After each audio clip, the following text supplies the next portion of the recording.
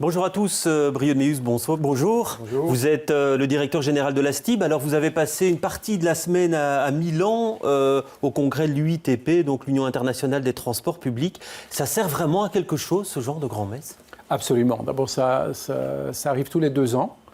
Et ça sert à quoi? À se plonger dans le futur. Donc c'est voir un petit peu ce que sera le transport public et donc ce que nous offrons comme transport public aux Bruxellois, ce que ce sera dans 5 ou 10 ans. Donc c'est vraiment une source d'inspiration importante pour les acteurs. Et il faut aller à Milan pour voir ça, on ne peut pas étudier ça de Bruxelles? C'est une opportunité de voir tout le monde ensemble au même endroit. Il ne faut pas spécialement aller à Milan ou ailleurs, mais c'est vraiment une opportunité parce que tout se trouve au même endroit et tout le monde se retrouve au même endroit. Alors vous avez fait quelques annonces, le ministre en particulier. Alors on va parler métro et automatisation du métro.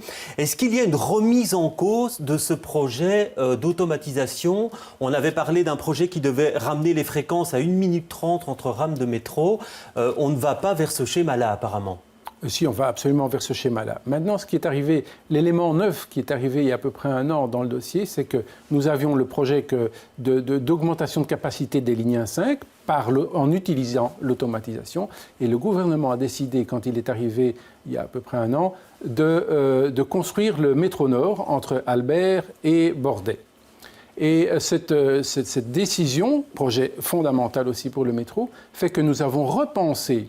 En même temps que l'augmentation de capacité de la ligne 1-5, nous nous sommes dit qu'il faut que nous articulions ça avec le projet Métro Nord parce qu'ils sont tous les deux très très liés techniquement. Et donc on a articulé ces 2 projets ensemble sans remettre en cause ni l'un et sûrement pas l'autre. Mais on parle de semi-automatisation maintenant. Ça veut dire quoi ça? Non, il faut être tout à fait clair. C'est que pour augmenter la capacité d'une ligne de métro, il faut changer la signalisation. Nous vivons avec une signalisation qui date des années 70. Et en changeant cette signalisation, on va l'informatiser. Et ce changement de signalisation permet d'augmenter les fréquences, donc d'augmenter la capacité. Et cette augmentation de fréquence se fait en pilotage par de l'informatique. C'est ça l'automatisation. Donc ce n'est pas tellement qu'il y ait un conducteur ou qu'il n'y ait pas de conducteur, mais c'est que c'est un système informatique de signalisation qui va gérer le métro et la rame elle-même. Oui, mais on avait parlé d'une mise en place de ce système à partir de 2019. Est-ce que ce sera le cas ou pas? Ce sera toujours le cas, c'est-à-dire qu'aujourd'hui nous roulons sur le tronc commun entre Mérode et Gare de l'Ouest à 2 minutes et demie entre 2 rames. Nous allons passer à 2 minutes entre 2 rames à l'horizon 2019. C'était bien l'objectif qu'on s'était fixé. Oui, et le 1,30, ça reste encore à Et plus tard, à 1 minute 30, qui est la capacité maximale que permet ce système de signalisation nouveau. Oui, alors il y a eu un communiqué du MR, une grosse colère. Lui parle de retard dans les travaux d'aménagement, ce qui serait devenu la norme en termes d'infrastructure ici à Bruxelles au niveau de la mobilité. En tout cas, pour ce qui est de ce projet-là, il n'y a pas de retard significatif qui est attendu. Donc pas de retard significatif, ça veut dire quoi? Ça veut dire 2019, comme je vous ai dit, pour 2 minutes, et plus tard pour la minute 30. Il n'y a aucun souci. Allez, on a quelques questions Twitter que je vais vous proposer tout de suite. D'abord, celle de Raphaël Lederer. Alors, à quand le métro dans les communes les plus peuplées? Alors, Schaerbeek et aussi Ixelles, demande-t-il. Alors, Schaerbeek, c'est décidé, puisque c'est le métro qui va de Bordet jusqu'à Albert, en passant vraiment dans le cœur de Schaerbeek. Là, et donc, ça, on a donné les délais 2024, 2025. Pour voir ce métro. Et Ixelles. Et Ixelles, ça c'est un projet qui existe depuis toujours. À Ixelles, on a d'autres projets. On a notamment un projet important qui est le tram 71. Alors il y a une réaction à ce tweet-là, c'est celle d'Étienne Marc, et il dit à l'autre tweetos, arrête un peu avec ton plan sur 7 ans, le planning n'existe qu'en PowerPoint. Alors cette date de 2024, est-ce que le planning sera respecté ? Pour le métro Nord, si vous parlez de ce projet-là, c'est en tout cas le planning aujourd'hui de ce projet. C'est un projet titanesque et il sera respecté. C'est l'objectif, c'est 2024, mise en service, 2025. Ouais, vous ne craignez pas, vous n'avez pas peur d'un schéma à la RER, d'un scénario à la RER où on a repoussé à plusieurs fois, plusieurs reprises la mise en service?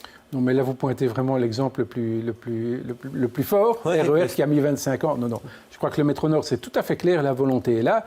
Le métro Nord est divisé en 2 parties, puisqu'on a une partie qui fait un tunnel neuf du nord jusqu'à Bordet, c'est-à-dire jusqu'à Le Temps, et puis il y a l'autre partie qui va du nord jusqu'à Albert à Forêt.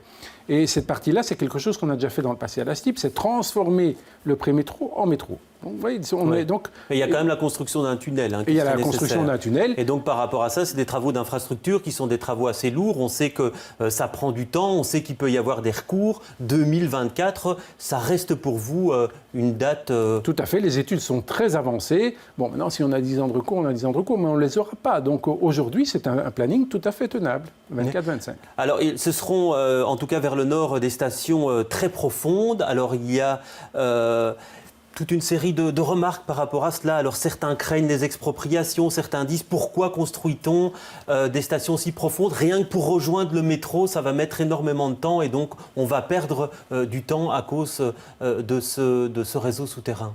Alors c'est très profond parce que c'est la physionomie de la ville qui fait ça. Donc c'est une ville un peu... C'est très vallonné, Bruxelles. Donc on doit passer sous la colline de Saint-Jean, si je peux l'expliquer comme ça, et puis on arrive dans Schaerbeek, et on doit être très profond pour ces raisons-là. C'est la ville qui fait ça. Des craintes d'expropriation, je ne vois pas, parce qu'on est à moins 40 mètres. Oui, mais en tout cas pour les stations, on a vu, il y a certains projets qui ont déjà circulé, en particulier la commune de Schaerbeek dit que les premières esquisses qu'elle a vues des stations, il y avait effectivement des travaux d'ingénieurs et donc une station qu'on implantait comme ça au milieu d'un quartier avec des risques pour les habitations juste à côté. Je n'ai pas vu les dernières esquisses et les derniers... Mais on fait évidemment très attention à tout ça. Je vous rappelle qu'il y a quand même quelques stations qui se font sur des places, la place Litz, au milieu de la place et pas au milieu des habitations. La même chose, place de la Paix. Donc toute l'étude a été aussi faite pour limiter au maximum l'impact sur la vie des gens. C'est l'évidence même, hein, ça c'est évident. Donc d'expropriation, je ne peux pas promettre qu'il n'y en aura pas. Il y en aura sûrement, mais il n'y en aura pas...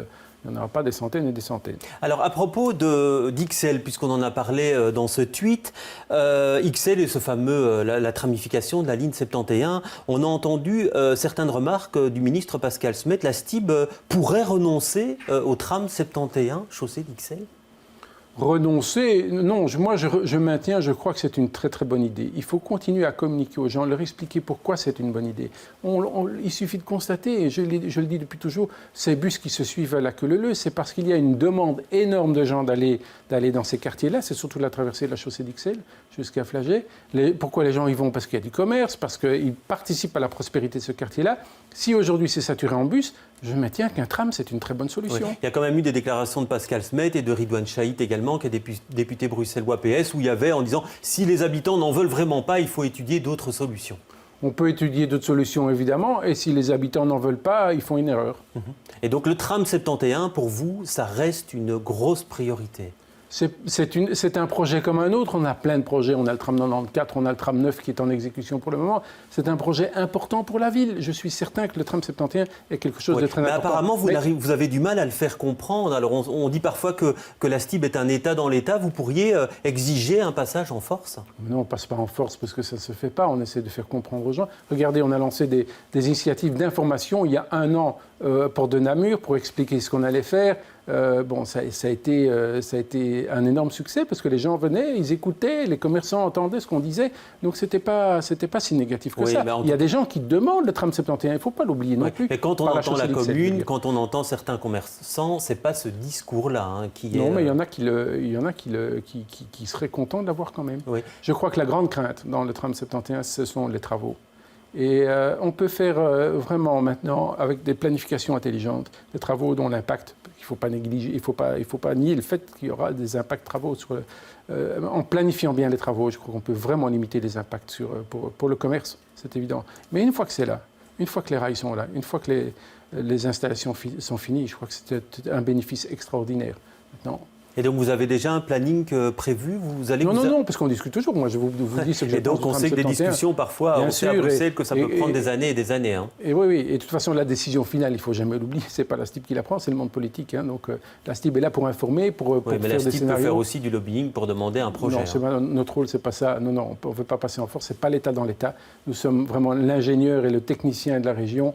On fait des propositions. Maintenant, c'est encore... le monde politique. Oui, c'est ce que vous dites aux politiques aujourd'hui, c'est si vous renoncez, vous faites une erreur. Je ne dis pas ça au monde politique, je dis ça aux habitants. Je dis, vous ne faites pas une erreur parce que je suis convaincu que c'est bon pour eux. Maintenant, bon, s'ils en veulent absolument pas, on ne le fera pas, on fera autre chose.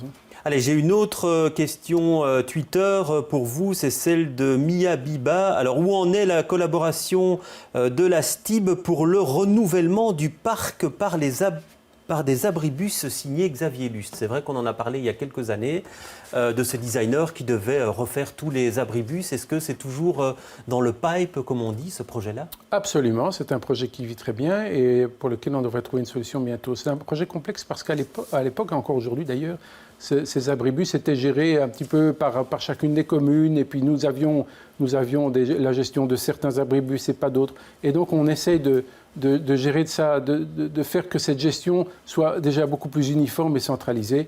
Parce que là aussi, on a pris du retard. Hein. On a pris du retard, mais je suis très optimiste à ce sujet. Alors, l'autre prochain défi pour la STIB, c'est la mise en place du piétonnier le 29 juin. En tout cas, l'essai pour 8 mois. La STIB est prête? La STIB est tout à fait prête. Nous sommes prêts avec nos bus. Notre réseau est absolument prêt. Maintenant, il y a des questions d'infrastructure et de travaux que la ville doit encore faire.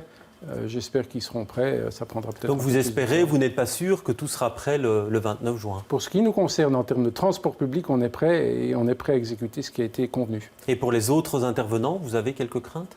Oui, il est possible qu'il y ait un petit peu de retard dans l'exécution de certaines infrastructures, que sais-je, des arrêts, des adaptations de voirie, des choses comme ça c'est encore possible.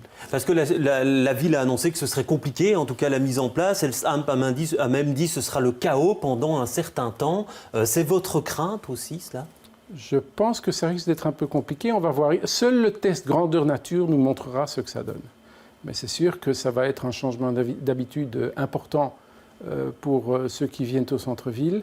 On va voir ce que ça donne. Je ne peux pas aujourd'hui vous dire que ce sera un chaos absolu ou ce sera une réussite grandiose. Je suis vraiment curieux de voir les premières semaines. Il faut se prendre le temps de voir l'impact, mais ça aura un impact, ça c'est évident. Et donc pour votre vitesse commerciale, ça ne va pas arranger les choses, quoi? J'attends vraiment de voir. J'attends vraiment de voir les résultats. Peut-être que ça pourrait être très positif, peut-être que ça pourrait être très négatif. Est-ce que vous étiez demandeur, vous, de ce projet-là, ou est-ce qu'on vous l'a imposé? C'est un projet sur lequel on a beaucoup travaillé, énormément travaillé avec la ville, parce que de prime abord, ce n'est pas un projet qui nous enthousiasmait. Mais je peux comprendre aussi ce que la ville et ce que le bourgmestre voulait faire de ces boulevards centraux. Et c'est une belle vision de la ville.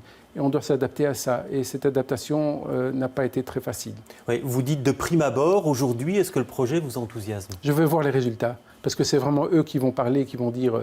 Maintenant, je reviens sur je crois que la piétonisation, en termes de vision de ville, est quelque chose de très positif.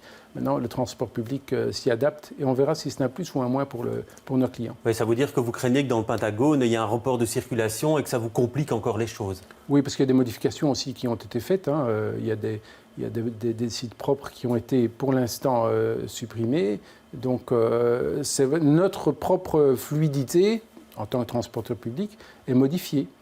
Et on verra l'impact sur la vie du réseau. Parce qu'il y a de grosses plaintes aussi des utilisateurs de certaines lignes de bus. On prend le 63 par exemple, qui allait jusque de Brouckère. Ce ne sera plus le cas. Il s'arrêtera près de la gare centrale. Alors c'est vrai que l'hypercentre, pour toute une série de vos voyageurs, sera moins accessible.